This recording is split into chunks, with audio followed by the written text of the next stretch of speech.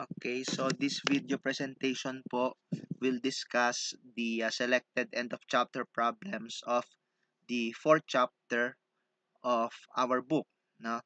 Cost assignment, cost accounting and manage and control by Drury. So nandun po tayo sa chapter 4.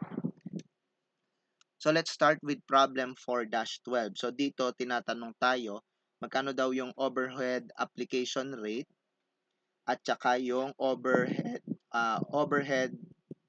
under or over absorb. So I solved it in just one slide.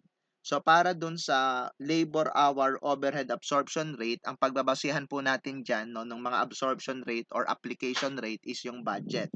So budgeted overhead na 148,750 divided by the budgeted labor hours na 8,500.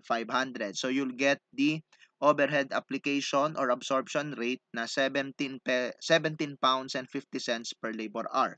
Now, to compute for the amount of overhead na under or over absorbed, we have to compute for the applied or absorbed overhead. So, the overhead application rate will be multiplied by the actual labor hours na 7,928 to get the applied absorbed overhead na 100 applied or absorbed overhead na 138,740 pounds. And you will compare that to the actual overhead na 146,200.